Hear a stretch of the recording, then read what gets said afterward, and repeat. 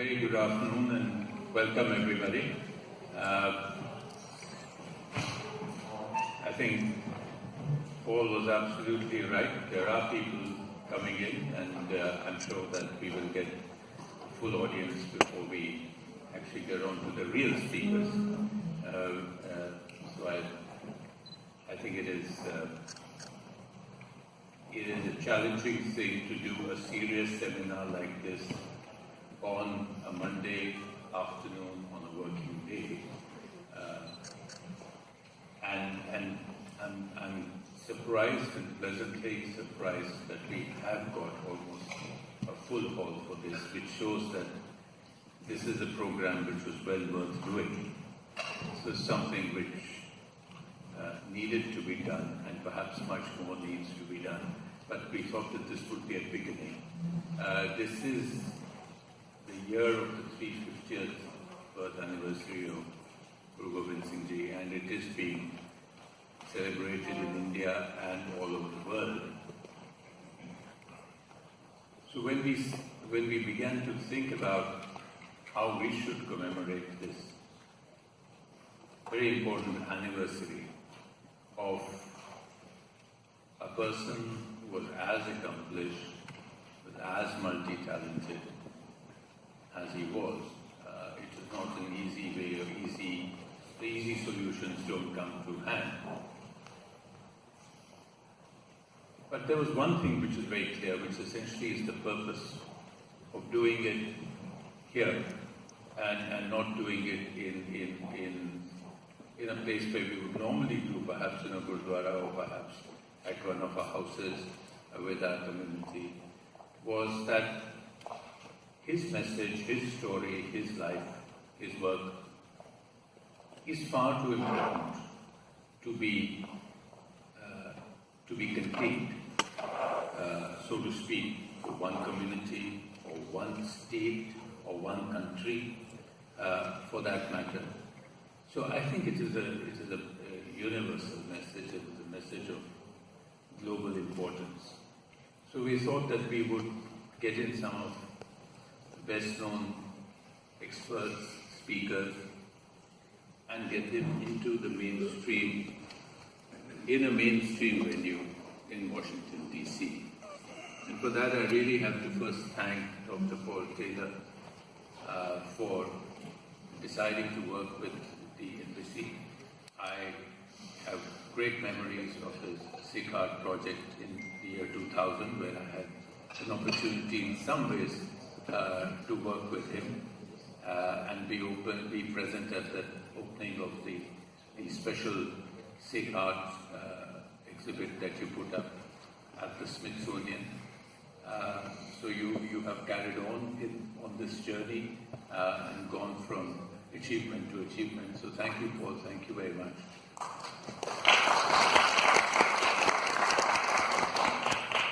And I'd like to thank all the very accomplished speakers that we have in this session. Professor Nikki Kuninder Kaur Singh, Mr. Jasveer Rababan, Ms. Sonia Dhami. I know that you have come from large distances and you have come leaving your other work. I know how busy each one of you are to be part of this and to share your thoughts with this group. It's an exacting 2 sessions, so I'm not going to speak too much. You will have a lot of listening to do, and then we have an evening concert. So I think we have a very rich afternoon ahead of us. So thank you all, and I look forward to a very rewarding afternoon here and then an evening. Thank you so much. Celebrating the 10th Sikh Guru's anniversary in the capital of the New World, here at the Reagan Center. Sikhs have been coming to America since the late 19th century, laboring on railroads, farms, orchards, lumber industry. But they were victims of all kinds of anti-Asian policies that kept them away from the United States or marginalized within the nation. Congressman Dalip Singh was the first Asian to serve in the House of Representatives. Dalip Singh worked for the naturalization rights to immigrants. We have come a long way from those times. It is wonderful indeed that the Indian Embassy and the Smithsonian have joined up for this enriching celebration. And as we all know, celebration is so vital for the individual and collective identity of a community. And this also happens to be another celebration, am I right? This is the 70th anniversary of India's independence too. Centuries earlier, the 10th Sikh Guru, born in 1666 in Patna, had kindled the fire of freedom in our hearts and minds. And this afternoon, I'd like to share 4 elements of the freedom fire he ignited. Rabindranath Tagore's prayer song for freedom from the Gitanjali, for which the poet won the Nobel Prize for Literature, forms the backdrop of my analysis. And those of you who are familiar with it might recognize where the mind is without fear. That's kind of the poem I have in mind. And what I want to do is kind of look at the 10th Guru, explore, analyze how his message is so relevant to our times and how indeed it is universal. And there are 4 points I want to pick up on. The first one is the universal reality. Where does the 10th Guru had a short life, but he had phenomenal accomplishments. He made amazing contributions. This is where we get our name from. This is where the Sikh identity comes from. But where is it all coming from? What is the matrix of his philosophical, metaphysical worldview? And that is Ik Onkar, the revelation of the founder Guru of the Sikh tradition, Guru Nanak. Ik Onkar, one, numeral 1.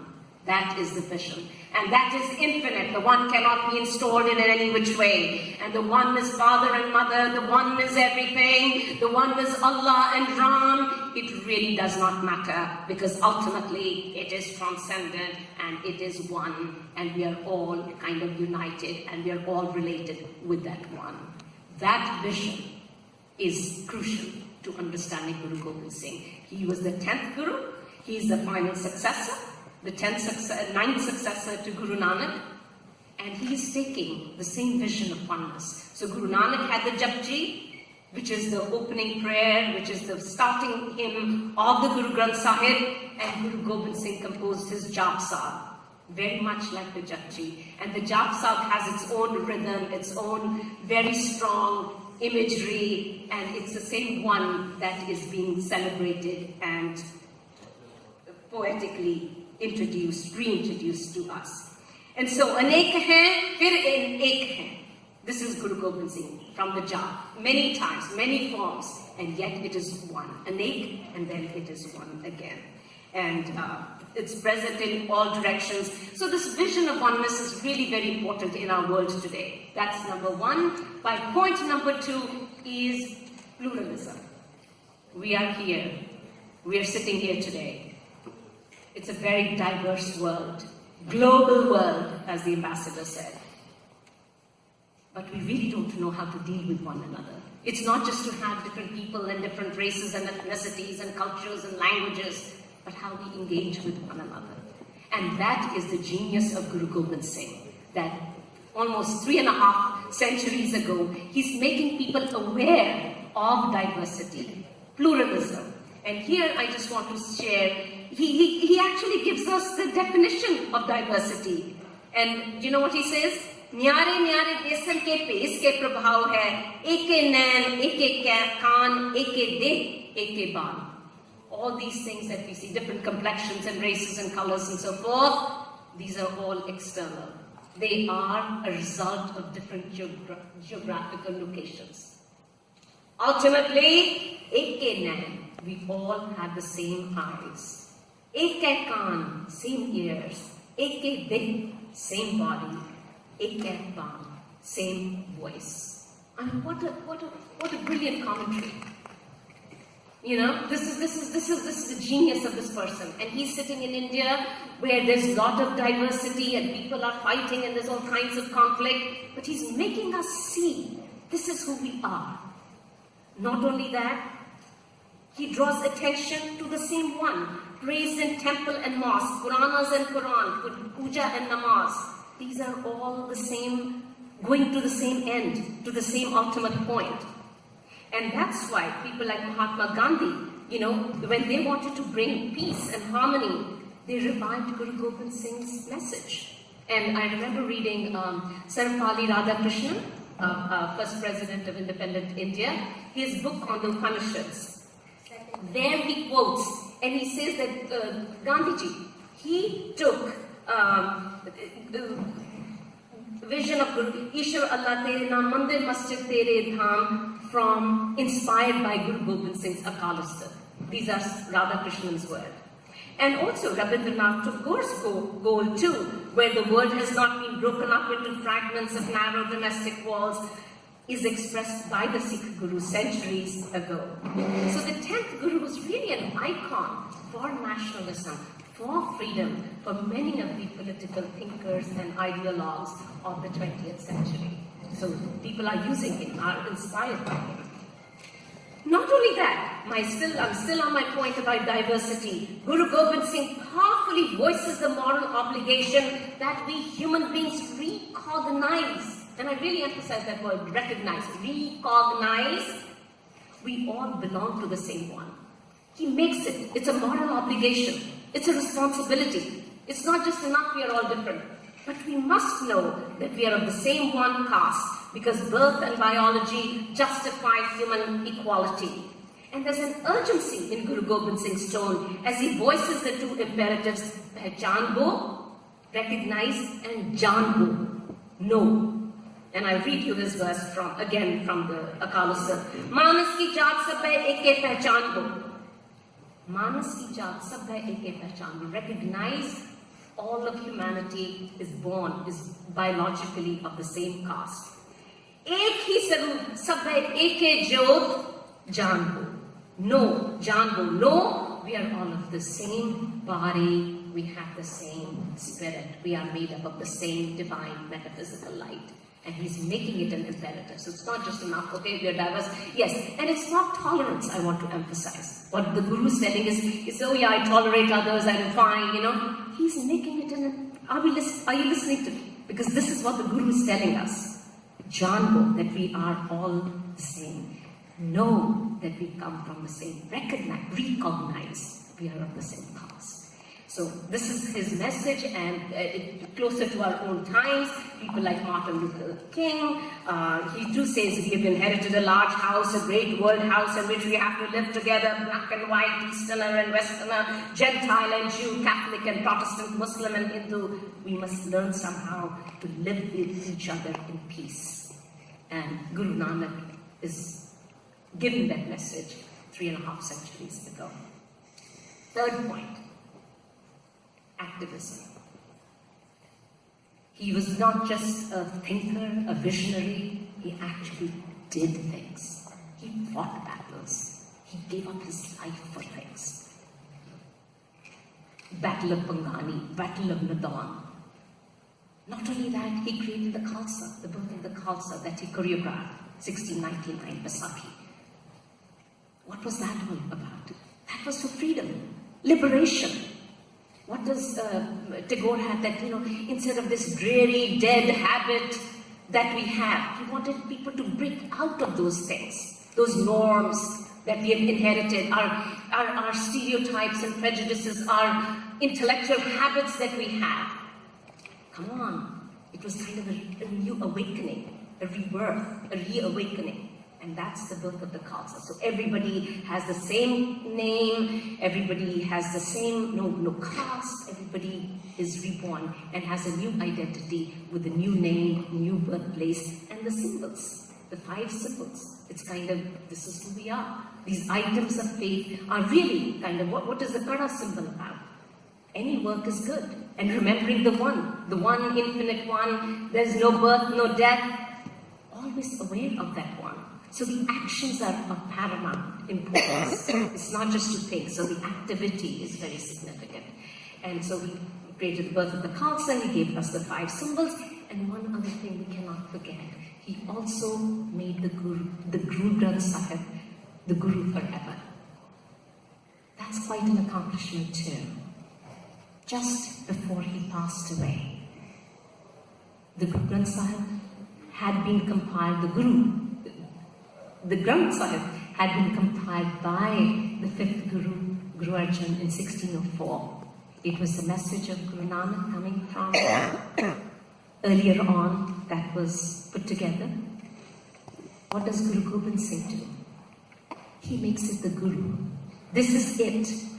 There will be no more physical, personal gurus. And that's remarkable because that sacred text has the word of the gurus, Sikh gurus, Muslim Sufis, and Hindu Bhagats. It's a very beautiful text. This is the language. This is what Guru Nanak says in the Japji. The language of the Guru Granth Sahib is that of love. And Guru Gobind Singh makes it the Guru forever. And the Mundavni, the seal of the Guru Granth Sahib, which is authored, voiced by the 5th Guru, Guru Arjan, Thal vich te mastu piyo, sat sanduk vichar, jeko khave, jeko puche, ista koi dhar. So the platter, if the Guru Granth Sahib is considered what?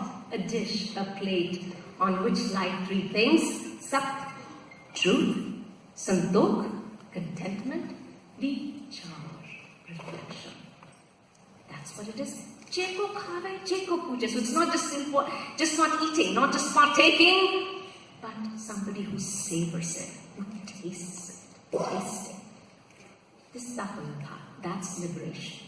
So liberation, the freedom, real freedom comes with that sensuous experience. Again, what Guru Gobind Singh emphasized, Janvo, Pehchanvo, recognition. These are very, very important. So it's just not at a very superficial level. These people are teaching us, they're inspiring us to really kind of get into the very profundity of our human experience. So my final point is poetry. Guru Gobind Singh was a great poet and a great artist too. He fought battles, he was a visionary, he talked about diversity, but it was all in the language of infinite love, Kya Bhau Apar. And that's something we kind of ignore about Guru Gobind Singh's personality, his legacy, and to me the poetry is very important. And he resurrected many of the figures from Indian myths, Indian past. Chandi Divar, Durga Divar, these are, he's writing them in Punjabi compositions. And the female is not a worshipper or anything, but he's a great poet who's embellishing and reminding people to fight for freedom, against oppression, against social injustice, against any kind of inequality. And poetry was the means to do it. And today too, come to think of it, our laws are very perfect. Everything is equal. Don't we live in an egalitarian society? Yes, we do. But do we really practice it? I don't think so. Because our attitudes have not changed. Our consciousness has not changed. And how does that transform? That's where we need poetry. That's where we need literature. That's where we need art. That's where we need films. That's where we need our culture. So to transform. So the poetry was a medium of really awakening and transforming our consciousness. And it's really interesting, like, Plato, he banned the poets from his republic. Why? Because the poets are very powerful. And Guru Gobind Singh, he had a whole entourage of poets in wherever he was, whether Patna later on, so forth. So it was really important. So the poetry is the means of changing and molding the people. So that's what I wanted to mention, and just to give him the Japsa, the end of the Japsa, the finale of the Japsa. Chakar chakar karti, chakar chakar kurte, siyambar subham, sarda jal sab jukte, dukala pranasi deya surupe, sadam sange apangam vidute. This is Guru Gobind Singh, that the one is present, the point I started out with, the vision of the one, everywhere, in all four directions, in every place, every time, that one is present. Sada Angasangi, always with us. Apangam Vibhute, forever by our side, radiance everlasting. So that's the message he's bringing us. So what was kindled by the 10th Sikh Guru over 3.5 centuries ago in India must be kept alive in the new millennium and in the new world. My deepest thanks to Ambassador Navdeep Sarna, Paul Taylor from the Smithsonian, Miran Poole of the Kaur Foundation, Sonia Kami from the Sikh Foundation, and this entire community for hosting and participating in this significant event. Memories have a future. Our future is shaped by our past. By holding on to our rich past, let us today enjoy the wonderful resources of our global society. Let us together, Hindu, Muslim, Jew, Christian, let us together, white, black, brown, yellow, let us together, men and women, old and young, create a truly free, just, and egalitarian future. Our fundamental principle should be love. Love is what fans that fire in us. In the experience of love, all the toxic stuff that clogs our arteries, fear, hate, prejudice, stereotyping, hostility, are burnt away. As the visionary Guru Gobind Singh said, Jin prem kiyo, tin hi prabh payo. Those who love find the beloved. Let us keep the fire of freedom burning in our hearts. Thank you.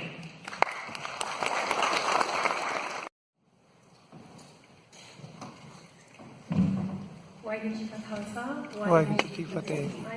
Jaspreet Kaur from Raj Academy, and it is my utmost honour to be here with you today. I thank the embassy and the ambassador and the Smithsonian for putting on this event. I was thinking just yesterday actually that this is a weekend where we're celebrating the Gurpurab of the first Guru, and you've created an opportunity for us to celebrate from the 1st to the 10th, and that's a beautiful opportunity. Thank you. I'm going to try to stick to the time because my presentation is slightly long, and I want to share with you a story of Sikh music, a story that most of us may not have heard. Our history books don't tell us this story. And I would like to start from a period of time in India when the country was facing pain and oppression, when people did not have a voice, equality did not exist. A voice rose, one person rose, Nanak rose, and he became a voice for the voiceless. He fought for justice and for equality, for everybody. And his purpose and his mission was to bring the people of India together. He wanted to unite. He wanted people to become human again. He wanted the segregation to disperse. And his message was consistent from the 1st to the 10th Nanak. His weapon was his music, and his shield was his love, and his purpose was to unite humanity. He created a conscious people and gave the perfect tool to carve the human psyche. He used sacred music, sacred words, and sacred instruments to engage both hemispheres of the brain, enabling the human mind to function at its highest capability. This was the secret of the making of the Sikh consciousness. Music was used as a supreme tool in every faith. Everybody uses music. It's something that unites us globally. Whichever country you go to, you can relate to the culture through the music. So it's a language that we all understand.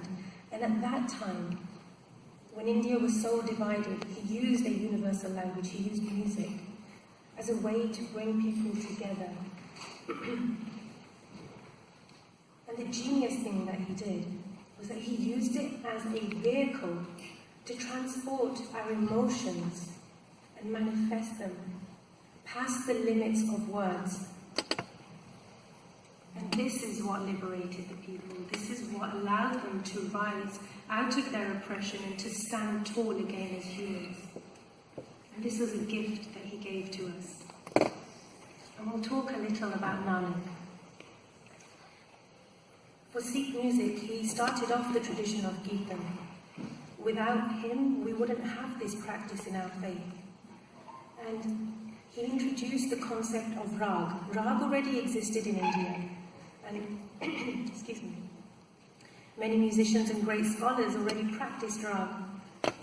He adopted that philosophy to join with the sacred Gurbani, Gurkibani, brought the two together, and in addition, he introduced an instrument.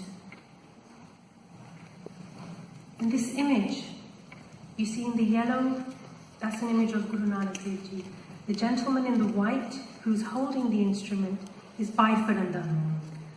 He is the person who crafted the instrument that he's holding. And it was crafted on the instruction of Guru Nanak Dev Ji. So at this period of time in India, very many instruments existed. And there were approximately 60 different types of rabab that existed at that time. When Guru Nanak Dev Ji met Bhai Mardana played a Drupadi rabab. So he had a rabab. The rabab was different though, different to this rabab. The reason I like to use this image is you have Bibi Nanaki, and she is a key pillar in bringing Kirtan to Sikhs. She paid for this rabab. She gave the money to Bhai Feru, who bought the rabab to give to Guru Nanak Dev Ji, and it was a gift from a sister to her brother, so that he may start his spiritual endeavors and go and enlighten the world and share his love. This is what we would now see as the Sikh rabab. You have Afghani rabab, Sindhi rabab, so many different types of rabab that exist. What makes this one unique is the length, the dimension, the number of strings. So Drupadi rabab, which Bhai Mardana already played, had 6 strings. It had no sympathetic strings, the length was smaller, and the sound box at the bottom we also refer to as the belly, this was larger. And this instrument that was made on the instruction of Guru Nanak Dev Ji specifically had 5 strings. So 5 is a common theme that we see throughout our history. And it started here. He used 5 strings of this instrument. He made the length of the fingerboard longer. You'll hear these instruments later this evening. And to me, I find this fascinating. Just as easily he could have used an existing instrument, what was the need to create a brand new instrument?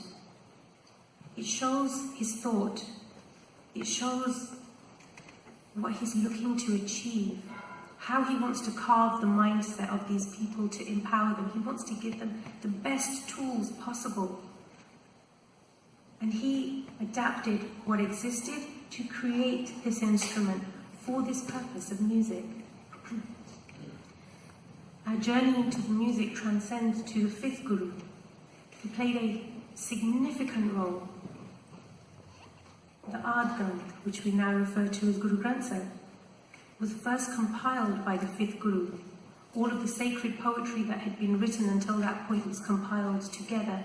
Shabads which did not have rags assigned on top at this point were assigned rags. In the Guru Granth Sahib, there are 60 different rags, 60. This is a topic that people like to have very healthy debates on. We can talk about this later on. To my research and to my findings, 60 is the number that I have come across. And of that, 31 new rags that did not exist in Indian music were created by Guru Arjan Dev Ji. So here we see a twist, that rags already exist, but now new ones are being created for the purpose of this music, which means that there's a necessity, there's a lot of thought and intellectual capacity that's gone into building this curriculum to develop these people. Mishrat rags, this is where two separate rags are brought together to create a brand new rag. So, two people get together, they have a child, the child is not the same as either of the parents but a combination of both. This is the easiest way to explain what a Mishrat rag is. The genres, from folk music to Drupad. You have South Indian music, you have so many different styles of poetry and music that are captured in this one granth. And there is not another granth that you will find that has the same capacity of musical intelligence. It's constructed from beginning to end in a musical mode. The terminology that was given to Sikh music is different to Shastri Sangeet. In Shastri Sangeet or Indian classical music, you'll commonly come across words as asthai and antara. And here, you would have Rahau and Pada. Rahau is your chorus, and the Pada is your verse. So every Shabad has a very clear instruction. The title will tell you, this is the Rag to sing the Shabad, and this is the Rahau. This is where you start the Shabad, your central focus, your theme. And these are the verses. So if we truly want to understand the message and take away as much value as we can from every Shabad, following those instructions will get us to that point. And in addition, using these instruments may help because they were created for this purpose. We have something very interesting here. Guru Arjan Dev Ji, before he was Guru, at the time of the third Guru, when he was 13 years old, he created an instrument. I'm much older than 13, and if you asked me to create an instrument, I would struggle to invent an instrument for you today. And he was 13 years old. He created a very beautiful instrument called saranda. And this was crafted at the age of 13. He did kirtan with this instrument in the court of the third Guru, and then continued that maryada until he was also Guru. So these are two instruments which didn't exist in India before their specific creation. And it's an extremely exquisite instrument, and again you will hear this very beautiful instrument later on this evening. In the court of the fifth Guru, the mardang, a percussion instrument, a single barrel drum which is played from the side, was cut into two to create this instrument, which we call the jodi. And in modern day, we refer to the tabla as the jodi. The tabla evolved much later. The jodi, on the larger barrel, you may see the color is slightly different. So you've got a black circle on the smaller one, and on the other one you've got a brown circle. That is dough, fresh dough, or atta that we make roti with. And it was used to apply onto the drum. Bear in mind, in that time period, microphones did not exist. We did not have synthetic sound. So everything was acoustic, and buildings didn't exist like this. Everything was usually outdoors. So these instruments were created to play acoustically, without a sound system, in gatherings of hundreds and thousands. So you just think about the intellect that would create these instruments.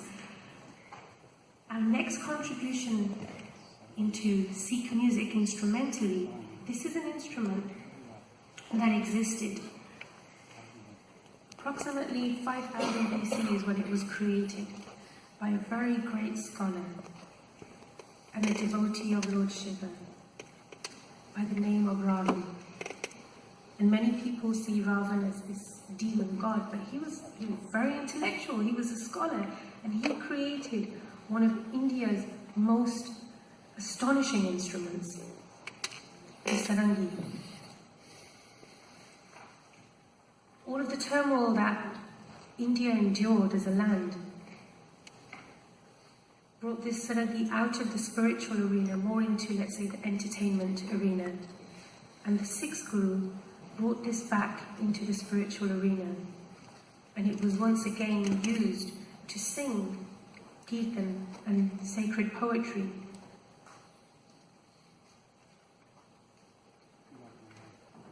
Our final contribution for Sikh music instruments was from Guru Gobind Singh. And he created not one, but two instruments. He finalized the compilation of the Guru Granth Sahib, re-edited and added some rags, added the final rag, Jai Jaivanti, which is a contribution of the ninth Guru. So Guru Tegh Bahadur Ji created rag Jai Jaivanti.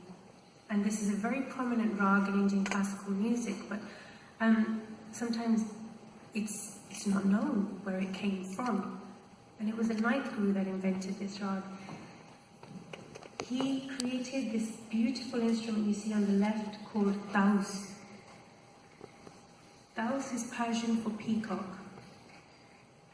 And from the dimension and the structure of this instrument, you can see how it resembles a peacock, and the sound is exquisite.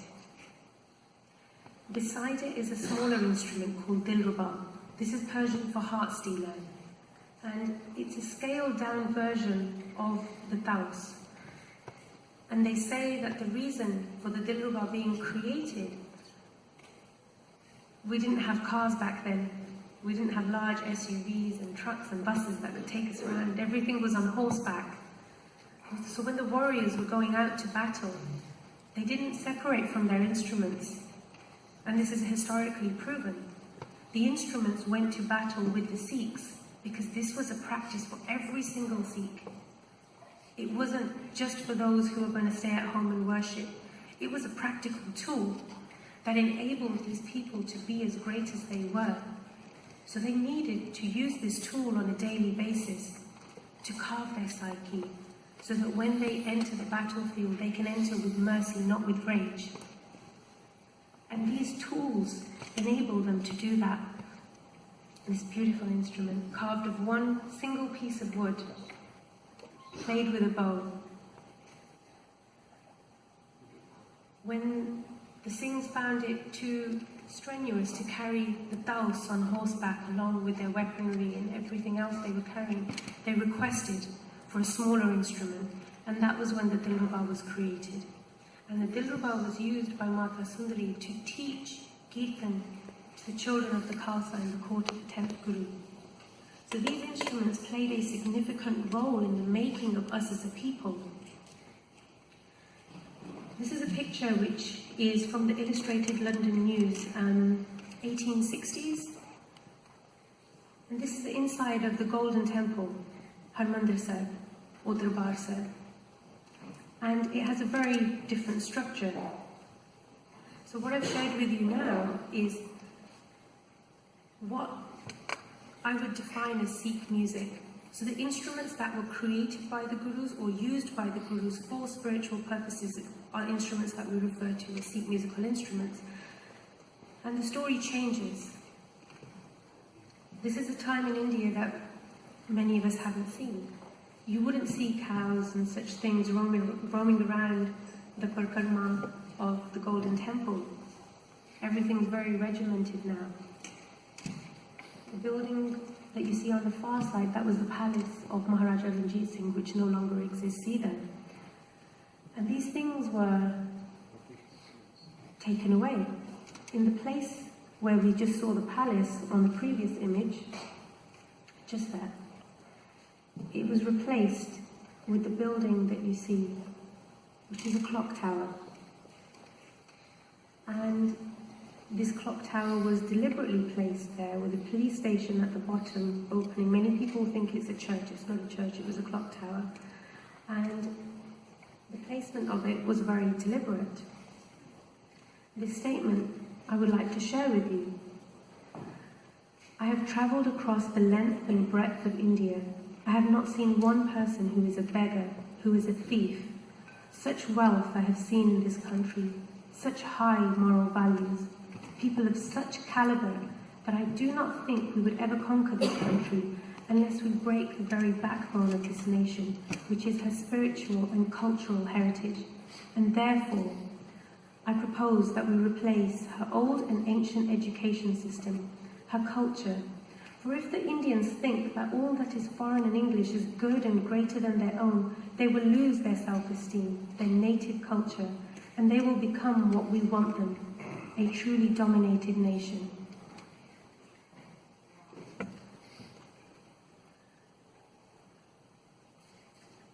At this point, many things changed. Who we were changed. What we were about changed. This is an image of a Ang from Guru Granth Sahib that was from a Sarup in 1708. And you see the difference here versus what we're used to seeing. We're used to seeing printed letters. There's no spaces between the words. And if those of you that can read Gurmukhi, you can see how this starts. It starts, Ik Onkar Sat Gur Prasad Ramkali Mahalla Tija Anand. Does that sound different to your ears? Because you're used to hearing Ramkali Mahalla Tija Anand Ik Onkar Sat Gur Prasad. So it's a small change, but it's a significant change. This is like changing the heart of a person. And these small and subtle changes, our clothing, our food, our medical care, we were natural people. We believed in Ayurveda. Our food, our kitchen is our medicine cabinet. But now it's not. Now we need a GP. We need to go to the hospital. We need healthcare. And this all changed. It continued to change. This brand, Devan, this changed our practice of music. Everything that I've told you, some of you may have seen these instruments, and others of you, you're used to seeing something else. You're used to seeing a harmonium, 2 harmoniums and a tabla. This is what we see as a staple. This gentleman that you see here, Alexander Francois Devan, in the 1840s, he created an instrument called the harmonium. And the instrument that was created in Europe, that didn't sell, that buskers rejected, was brought by the East India Company. And they found a market, or let's say they created a market. And that market that they created was India. And they took our heritage, they took our instruments, and people were imprisoned, they were threatened, all sorts of things happened, in order to install this instrument that we have now embraced and adopted as our own. How many of you ever asked the question, did Guru Gobind Singh Ji do Kirtan with a vajra? We've all been told from a young age that Guru Nanak Dev Ji travelled with Bhai Mardana, and Bhai Mardana played rabab. But somehow we've desensitized from our history, and we're not asking that question. Why are we not playing rabab? Why are our children not playing rabab? Why are our gurdware not doing kirtan with rabab? What happened? And the psyche that was given to us as a gift to make us incredible, the warriors that were feared the most were those from the Khalsa army. It took the British 100 years to cross the river to enter Punjab. There was something that the Gurus gave us. There was something that made us who we were. And then everything was diluted. This is what we see. This is what we've adopted as our own. Something that is foreign and greater than our own.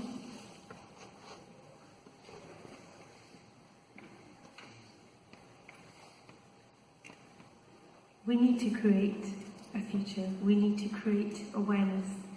And thank you for listening to me.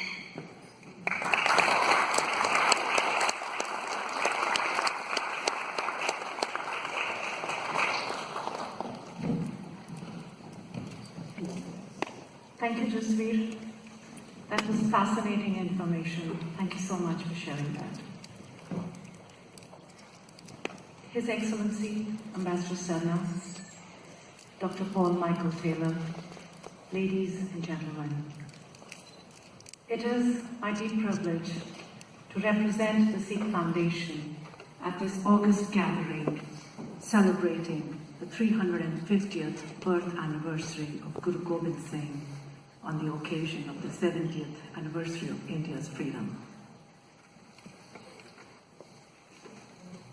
Please allow me to share a few highlights from the 50-year legacy of the Sikh Foundation, which was established in 1967 in Palo Alto, California, with the mission to preserve and promote Sikh arts, heritage, and academics.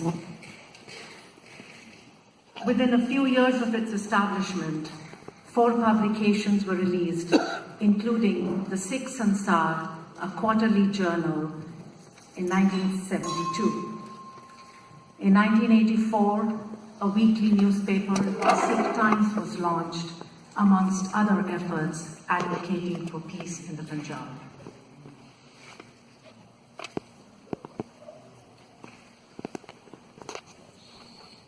The Sikh Foundation has pioneered the display of Sikh arts with the first ever exhibit at the Asian Art Museum in San Francisco in 1992. In all, 7 Sikh art exhibits have been put up by leading museums all over the world, including the Smithsonian here in Washington, D.C., the Victoria and Albert Museum in London, the ROM in Toronto, and the Rubin Museum in New York. The Sikh Foundation has also pioneered the establishment of chairs of Sikh studies at the highest institutions of learning. The Kundan Kaur Kapani chair, the first of its kind, was set up at UC Santa Barbara in 1997. The 35th anniversary of the foundation was celebrated with the opening of the first and only permanent Sikh art gallery in the West at the Asian Art Museum in San Francisco in 2003. It fills my heart with delight to acknowledge today the initiative of Dr. P.S. Khanuja, who has now established the second permanent Sikh art gallery at the museum in Phoenix, Arizona. Today, the Sikh community all over the United States has 6 endowed chairs, including 3 at the campuses of University of California at Santa Barbara, Riverside, and Santa Cruz. 2 chairs are here in Hofstra University, out of which 1 is in Sikh music, and the 6th chair is at Michigan. Numerous Sikh studies and Punjabi language programs are also running, including our latest at the Graduate Theological Union in Berkeley. These chairs and programs create an enduring legacy for educating generations of students. With increasing number of scholars of Sikh studies, the field has expanded from religion and history to today also include economics, arts, and conservation.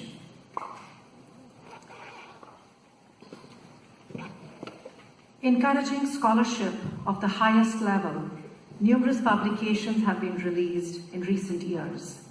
Our latest, Sikh art from the Kapani collection, holding a kalgi on his turban, he holds the reins of his horse, on which is perched his white hawk, conforming to his title, Lord of the White Hawks, Chittiyan Bajan Wala. The artist has drawn a halo around his head, signifying his high spiritual position. The Guru's horse, richly embellished with accessories, is rather interesting for being both in red and blue color.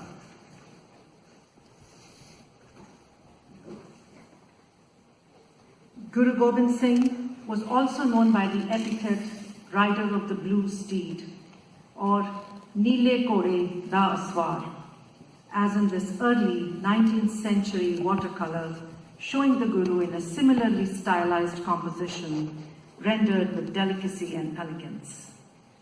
This time at Anandpur was a momentous phase for Sikhs. 5 forts were built, and by now the Guru was clear about his mission in life. He writes in his composition Chandi Charitra from the Dasam Granth. Deh Shiva var mohe, shubh karmante kabhu na daru, na daru jarson jap jaye ladu, निश्चय कर अपनी जीत करूं और सिख हो अपने ही मन को एहलालच हो मन तो उचरो जब आग की औध निधान बने अतहीरन में तब जूझ मरूं अतहीरन में तब जूझ मरूं. In this contemporary painting by master artist Devinder Singh, the scene is set for the Baisakhi celebration of 1699 at Anandpur Sahib. The Guru is baptizing the 5 beloved or Panch Pyare who belong to Punjab, Uttar Pradesh, Gujarat, Orissa and Karnataka respectively, which I believe is symbolic of the Guru's nationalistic vision. The 5 beloved, hailing from different parts of Hindustan, form the nucleus of the Khalsa, the order of the pure. The call to battle came soon. The Guru's 2 elder sons, Sahibzada Ajit Singh and Jujar Singh, were martyred in the battle with the Mughals at Chamkaur. The artist imagines the scene before battle. The Guru is presenting his older son with a sword, while the entourage around them looks anxious, even though the brave young Sahibzada is shown smiling in the face of certain death. Artist Arpana Kaur, India's leading contemporary artist of today, has painted this delicate watercolor of the Guru with a pen in his hand, sitting stoically composed with a faraway look in his eyes. With all seeming lost, but still full of faith and courage, he pens his famous poem in Punjabi, Mittar Pyare Nu, Hal Muridan Akana. The people of Punjab were appalled to hear the news of the dastardly murders of the Sahibzadas and flocked to the Guru's camp. The famous battle with the Mughals was fought in 1705 at Muktsar. Shown here in the painting is Mata Pag Kaur, lovingly called Mai Pago, holding center stage, fighting alongside 40 Sikhs who had deserted the Guru earlier and redeemed themselves in this battle as the Chali Mukte, or the 40 saved ones. Thereafter, the Guru retired to the village of Talwandi Sabo and prepared the definitive edition of the Granth Sahib to be passed on as the Guru for all Sikhs. It was here where he finished the Zafarnama, the epistle of victory, and sent it to the Mughal Emperor Aurangzeb. His own writings were collected by Bhai Mani Singh and compiled as a Dasam Granth. The Guru then proceeded to the Deccan to personally meet Emperor Aurangzeb. This fine miniature of the Guru astride a pinto horse, fully armed with swords, bow and arrows, and dressed in Mughal fashion, is a copy from a set of 10 miniatures of the Sikh Gurus attributed to the workshop of Nain Sukh of Guler in the early 19th century. While some of the paintings in this set are in the Government Museum in Chandigarh, the rest of the set is in the Lahore Museum, a legacy of the partition of India in 1947, when art collections too were divided between the nations, making this complete set in the Kapani collection even more significant. On 7th October 1708, Guru Gobind Singh's life journey ended in Nanded, Maharashtra. The Guru's last directive to the Sikhs was to bestow the Guruship of the Panth on the Shri Guru Granth Sahib to be revered as the living embodiment of the 10 Gurus. Guru Gobind Singh, a multifaceted personality, a warrior, a leader, a poet, a linguist, and a musician, who I believe is one of the most fascinating and remarkable figures in world history. The flame that he lit in our hearts inspires the Sikh community the world over to fight against injustice and to aspire for excellence in our chosen fields. When we look back at history, we see that within 100 years of the Guru's death, the Sikhs had an independent empire of their own, which effectively stopped the repeated foreign invasions that had plagued the Indian heartland for centuries, giving way to an era of peace and prosperity for the entire homeland. The Punjab was the last kingdom to be annexed by the British, and again within 100 years, India was freed from foreign rule, enabled by the freedom fighters, majority of whom were from the Punjab. It is the legacy of Guru Gobind Singh that inspires a community which is less than 2% of the population in its homeland and contributes 40% to the national grain pool. It is the legacy of this great human being that the Sikh community in Canada, which is also less than 2% of the population, but has contributed 4 ministers to the national cabinet, including the Minister for Defence and the Minister for Science, Technology and Innovation. Brave, fearless, young women all across the world, Sikh women are making waves. Lily Singh from Canada and Gurmeher Kaur from India have been just last month named by Time magazine as the top 10 next generation leaders. Rupi Kaur, an author all of 25 years, topped the New York Times bestseller list with her first book, Milk and Honey. The scientific contributions of Dr. N.S. Kapani changed the world forever, enabling this age of fiber optic connectivity. The list of achievers is long and illustrious, and it is the legacy of Guru Gobind Singh that the Sikh community all over the world continues to produce high achievers, be it in sports, arts, business, technology, agriculture, or public life. We celebrate and commemorate the 350th birth anniversary of Guru Gobind Singh Ji. May I now humbly request the Ambassador of India to the United States, Ambassador Navtej Sarna, to please come up and address the gathering.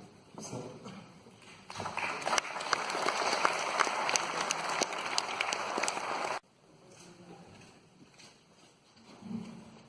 A very good evening to you all, and thank you all for joining us. The lights on the stage are very bright, but I can see nothing at all.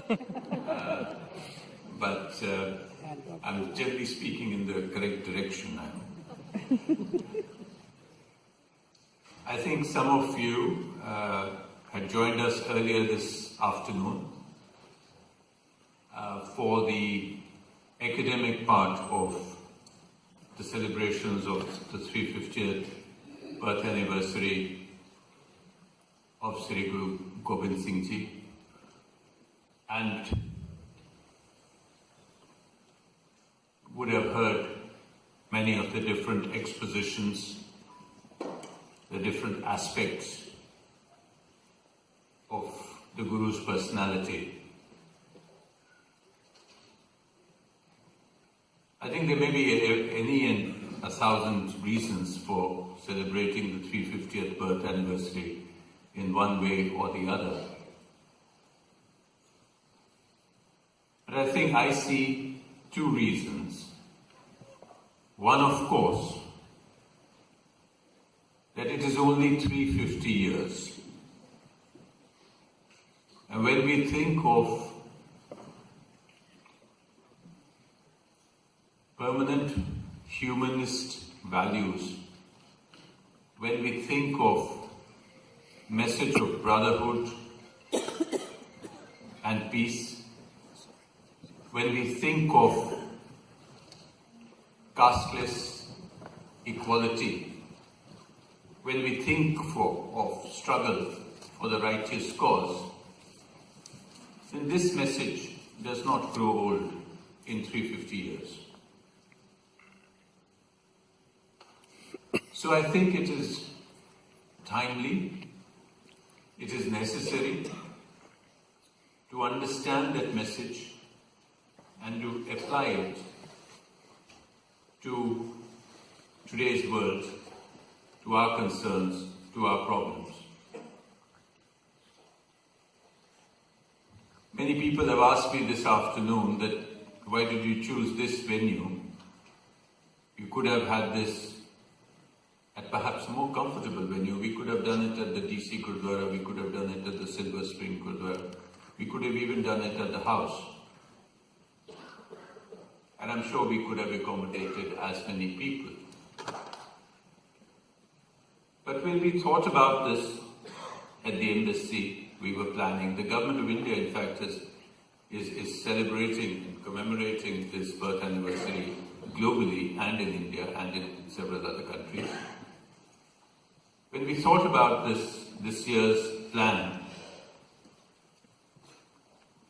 we thought that it would be better to hold these celebrations in as mainstream a venue as possible, in as many mainstream venues across this country. And that is why we chose this venue in the heart of Washington, D.C. It is quite true that most of the audience, in fact, may be people from India, of Indian origin, or people familiar with India, or people familiar with the narrative of this particular strand of history. But nevertheless, I think the very symbolism of hosting it here will, I'm sure, have a ripple effect and get this knowledge of this part of Indian history more into the mainstream. And similar events are being organized by our consulates in different parts of the country over the coming months.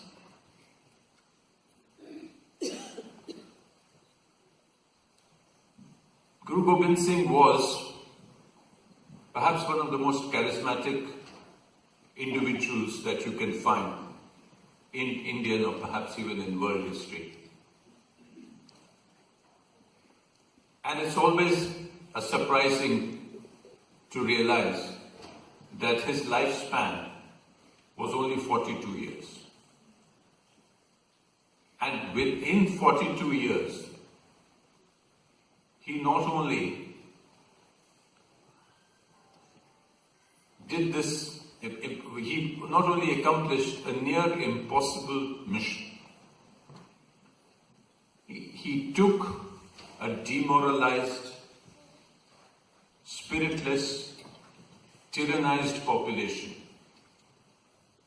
and performed a spiritual miracle, giving them a sense of self-belief, a sense of self-pride, a sense of identity, and the courage to fight for their own freedom. In the early 1700s, this was nothing short of a miracle in the face of near complete domination by the Mughals and their associates. But it was not all battles, 16 battles. This is mentioned, somebody today told me it was not 16, it was 14, but it's neither here nor there. A large number of battles which were fought not for territorial acquisition, not for personal gain, but only to defend the freedom of religion, belief and conscience. Besides these battles, I don't know how many of us realize the tremendous intellectual work that was done by the Guru. He was a master of Sanskrit, Persian, Brij Bhasha, and other languages. He had worked hard at the ancient Indian texts. He had them translated into the common language of the day so that they could be read by the people without involvement of the priesthood, when the priesthood also had become tyrannous in itself. his own work, his huge poetic contribution, creation after creation in unique cadence and rhythm, which when you listen to those creations, the descriptions of battles, you can almost actually hear the clash of sword on sword and sword on shield. His entire creation was put in a separate body of work, which was called the Dasam Granth, which is called the Dasam Granth. It was not included in the Guru Granth Sahib, but it was in the Dasam Granth, and it stands proof to the huge poetic and literary achievement.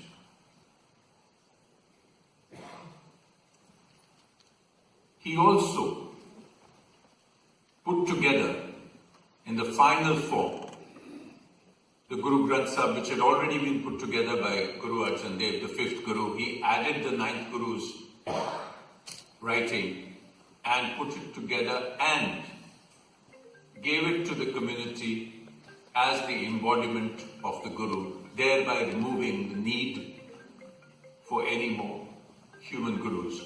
No further intercession between man and God, except through the word contained in the Holy Book. And the Holy Book is composed of hymns, as most of you would know, not only of the Gurus, but of the Hindu Bhakts, the Muslim Sufis, and all of it is set to unique music. And this is the aspect that this evening is about. I did not know till this afternoon that it was not 31 rags in the Guru Granth Sahib, but 60. This common wisdom says 31.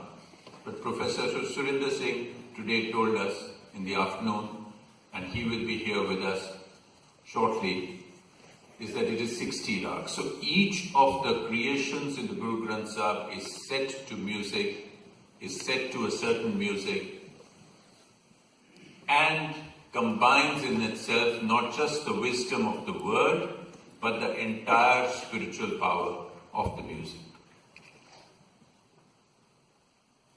To help us understand this music, we have requested Professor Surinder Singh, and I don't want to say more about what they will tell us, because here I'm out of my depth completely about the instruments, about the music, and about the musical creations contained in the Guru Granth Sahib. So may I thank you all again for joining us. May I thank you all for joining in this celebration. And may I thank you all for being such good listeners. Thank you so much. Good evening, ladies and gentlemen. Thank you to all of you, especially the Embassy of India, Dr. Sarna, and Smithsonian, Dr. Paul Taylor, Sonia Tami, of course, the reason we are here. Today I bring you the sound from the court of Guru Gobind Singh,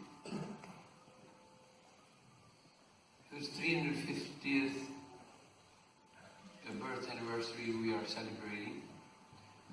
On my very right, Preet Inder Singh, holding the instrument of Guru Gobind Singh from 1682 at Paonta Sahib. This instrument was invented by Guru Gobind Singh. Entire life he played his kirtan, his connection with this instrument. From Sultanpur in Punjab in 1500, the founder of Sikh faith, Sikh lifestyle, Guru Nanak, his engineering in 1500s, before he left Sultanpur this instrument, made by Faranda, played by Binanki, and played by Mardana. Jasveer Kaur is going to accompany us.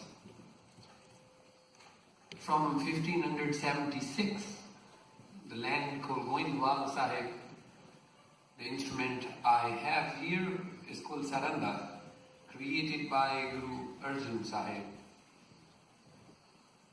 in 1576 at Goindwal. Entire life he did Kirtan, the song of his soul and his master.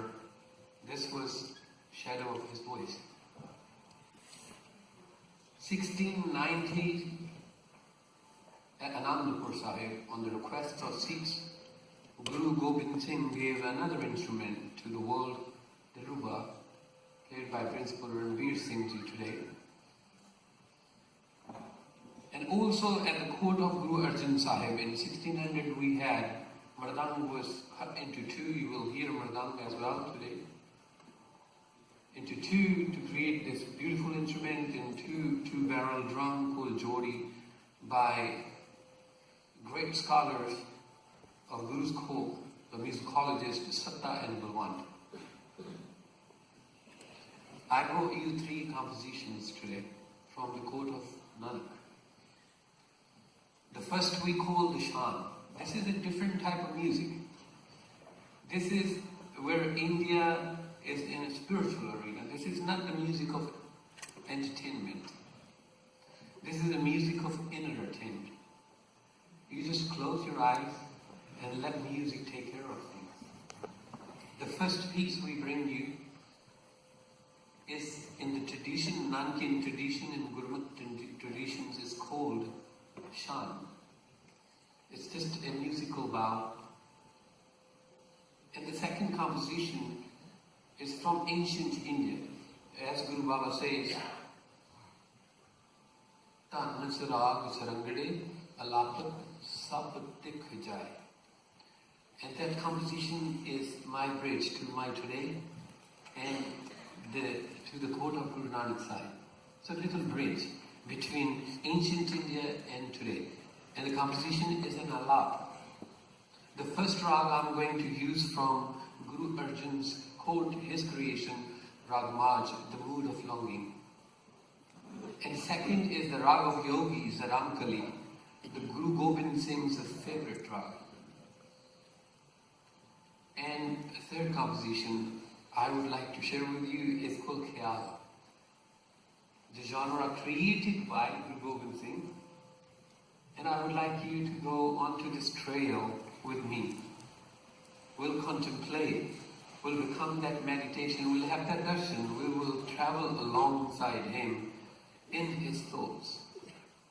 And the only composition we find in his writing is called Mitar Pyare Nu Hal Murida Dakana. That's my third composition. And if we get time, if we are on time, which usually we are going to be on time. So, because time is very important. So we are going to be on time. But we have a guest in between, so after first composition, hopefully the guest will come in and I'll then take you to second and third step. But I also want to have fun. The very first time I said to Sonia Tami, when we met in California, that I go to perform and I want to listen also. So the fourth little part, I would like you to join with me. And I want to show you and share with you how beautifully simple it is to be that sound from the court of the Gurus. So relax. Close your eyes. Open your heart and let the sound of temple, the sound of ancient India, and especially this setup from the court of Guru Gobind Singh, take care of.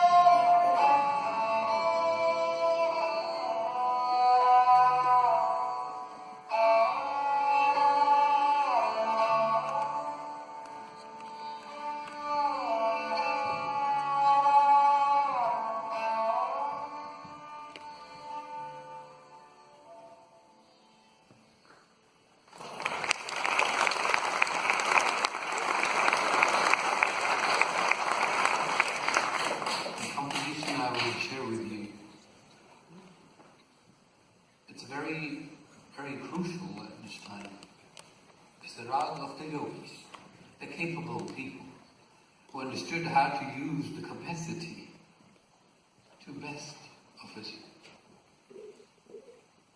its capacity, how to be 10 steps ahead. And this rag is called Ramkali, Guru Gobind Singh's favorite rag, the mood of replantation, the mood of growth. And Alap is a very important part of India's culture. Nanak's teaching, when he trained the teachers, his curriculum, the spine is Alap.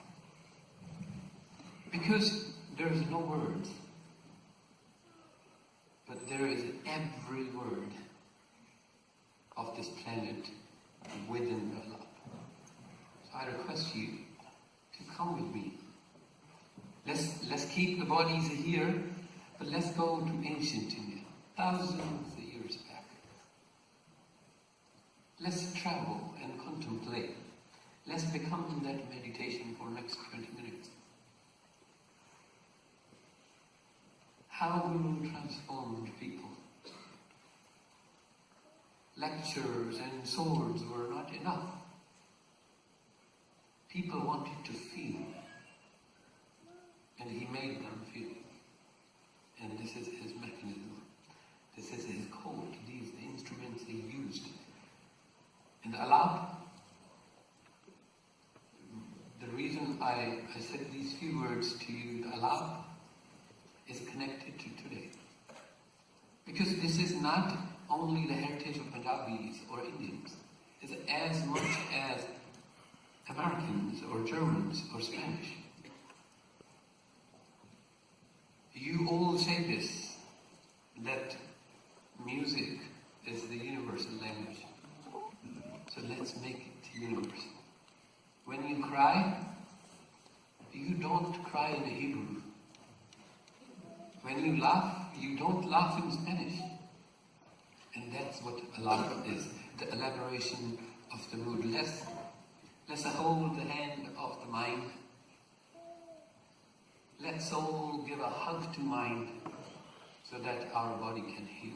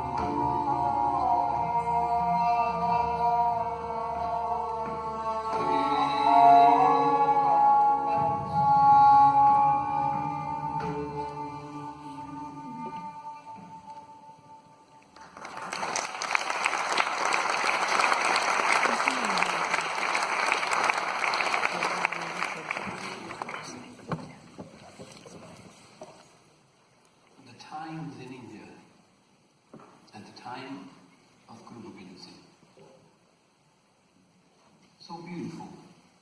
They go to Master, and he gives you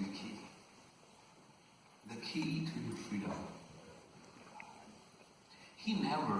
I see him never discriminate, and everybody is ready to die for him. I want you to feel that energy at Ponta Sahib went there, where this instrument, Taus, was created by him.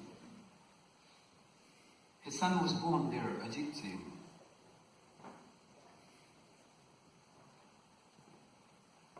I wanted to feel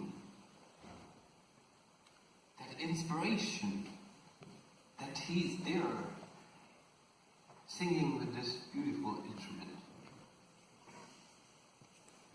And I found out next to his house, not very far, there is a small hill where Pir Buddha Shah, a Muslim fakir, his son died fighting for Guru Gobind Singh. A Muslim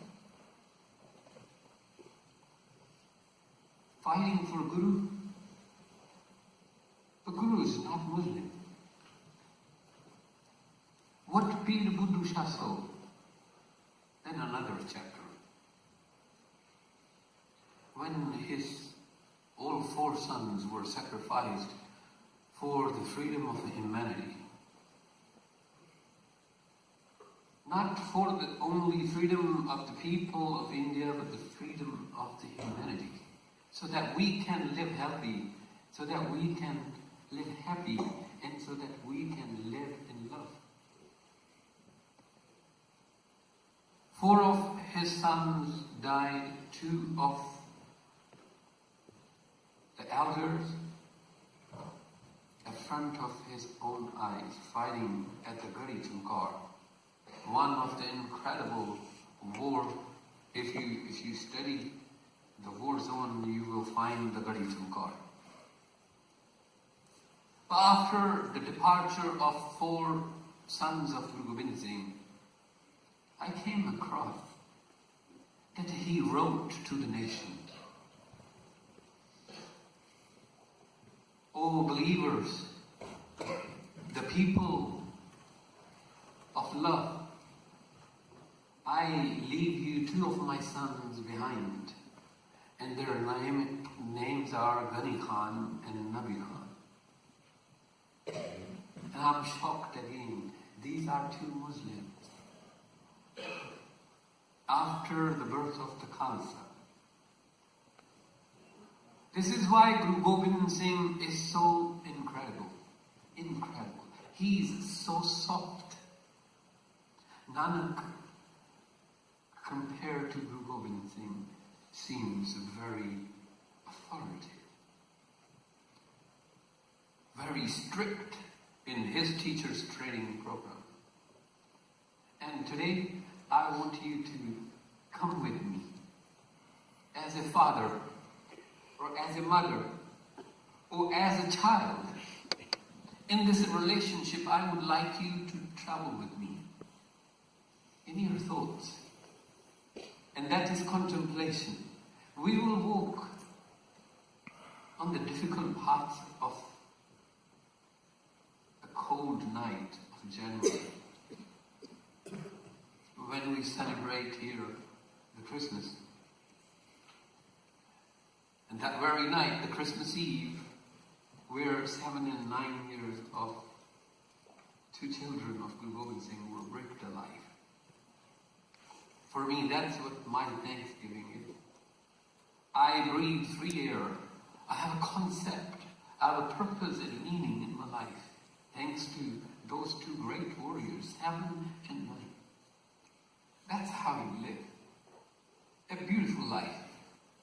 A wonderful, a content life. And what happened? I look at that story as a father. I'm a father of 2 girls. If something happens to any of them, if they're not feeling well, I get bothered by it. I get upset. If your child is not happy, you're not happy. And here I see Guru Gobind Singh in a different color, the color of gratitude. But I'm feeling something else. I'm feeling tilang. Nanak Guru says, Paap ki jam chille kabal utaya, jori mange dhan vela. When Babur came to India, it's not that Guru is against somebody who wants to progress in life, but the wrong way progression. The wrong way. So he is singing in this rag called Tilang. Tilang is, we all go through this, when you work so hard. When you spend 16 hours in office and you're tired, when you come home, you don't feel appreciated, Nobody bothers, nobody acknowledges you. What you feel at heart. It's not that you're going to stop loving. But if you carry on feeling this way, it'll become cancer. If you carry on suppressing it, and Nanak Guru said, hey, let it go. This is why nature installed a sight in us. We do this. This is what the love is. And I feel like that when I see Guru Gobind Singh. Please close your eyes and open your heart and let's go. Let's walk alongside Guru Gobind Singh in the jungle of Machibara. मित्र प्यारे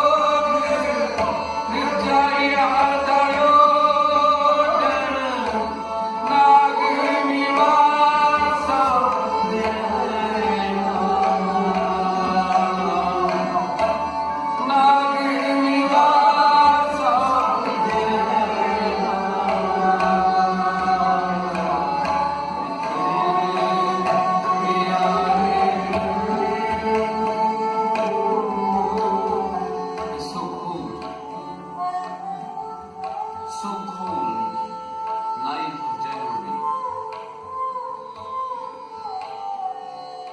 And this man, sword in his hand, and there are not even shoes.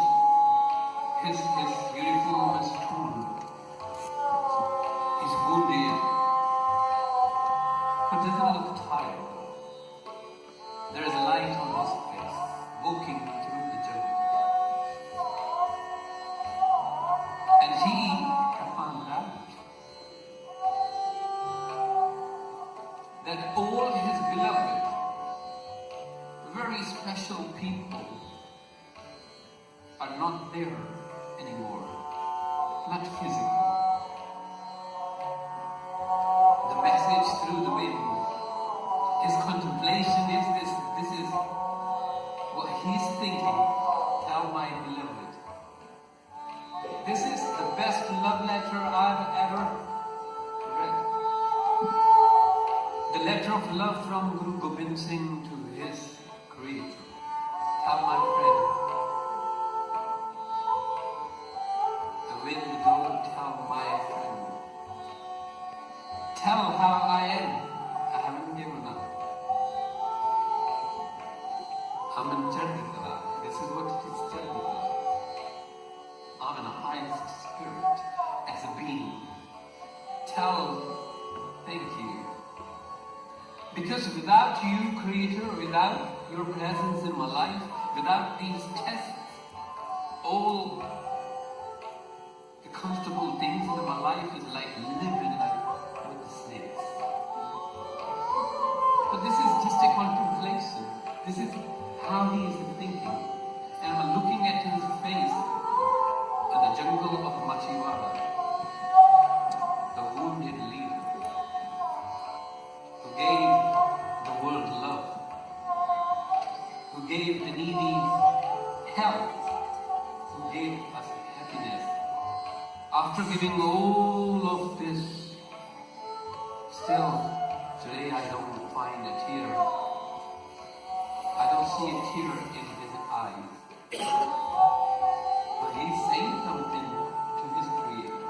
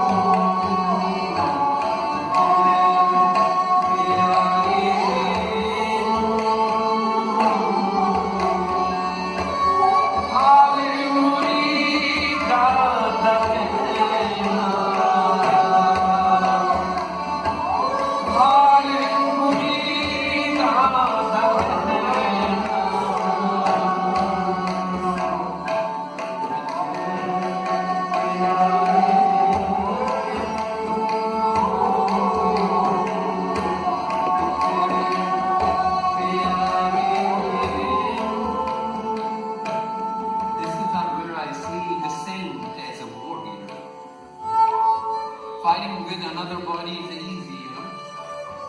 Fighting with your mind and not getting defeated. What you love the most when that's get taken from you. Just imagine for a moment. He lost 2 of his sons in front of his eyes. And then he heard 2 younger ones, 7 and 9-year-old, they were brutally killed, murdered. How difficult that will be for one to do. And you know what he said? He said, this is okay, where I'm gonna sleep here. because I'm in love. The gratitude, being okay, that is the discipline of nature. Whatever is in reality, being happy with it. This is what his message is. Be happy with what you have. Guru Gobind Singh sent the message to his creator through the air.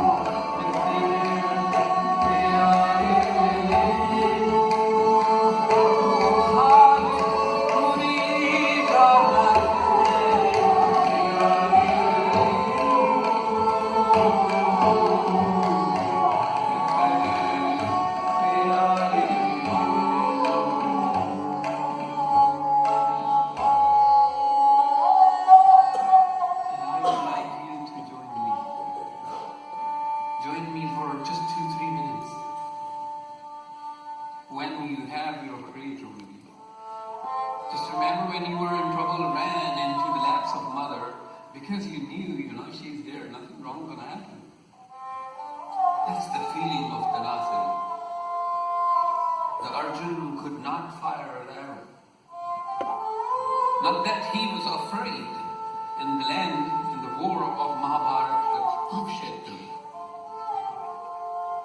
His strength is Krishna on his chariot. That's his faith, that's his power, that's his belief. Although he's smaller in number, but he had faith. This is why he defeated the other party. Have faith. That's what tenacity is. And Sadhguru says, meditate, I give you the spiritual solution.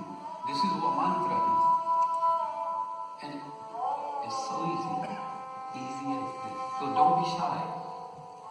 Look, I've been doing this for an hour now. It's your turn. Join me with a smile.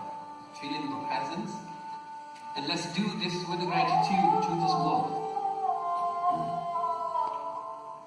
Let's say thank you to the trees providing us air, the water, the universe, the brothers and sisters, for the world peace. Let's chant for a moment. So that we, the people of earth, beyond being Indians and Americans and Germans and English, let's pray. Let's together chant. The word is very simple. The word is Har, Har. I hope you'll remember. It's H-E-R. It's not a difficult poem. It's Har and Har. The mood is tenacity. So close your eyes and feel the presence of your soul. the hand of your mind. Be together in a oneness. You'll feel the presence of the Creator with you. You're not going to lose. You're going to win when your mind is with you. When your soul is with you, you have to focus. You cannot be defeated. So in this oneness, let's chant once with me for a little moment. With the gratitude, with the faith, with the trust, with the belief. For the sake of those who are suffering. Maybe in India, maybe in Pakistan, maybe in America, wherever there is suffering for them, let's chant for a moment.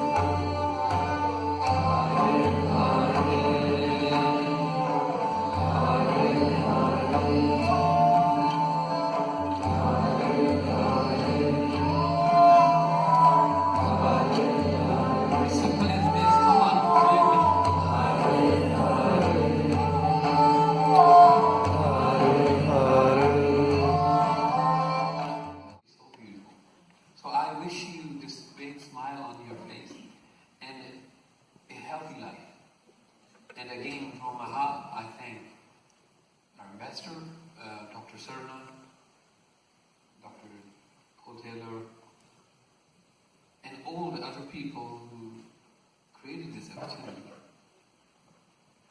I came here to share the legend, Guru Gobind Singh and his legacy, his instruments. Take it in your heart, a snapshot of Taus, that's his blessing. This is his instrument, Dilruba. These are the instrument of our Guru. This is our heritage, and this is your heritage. This is the heritage of humanity. And let's restore it.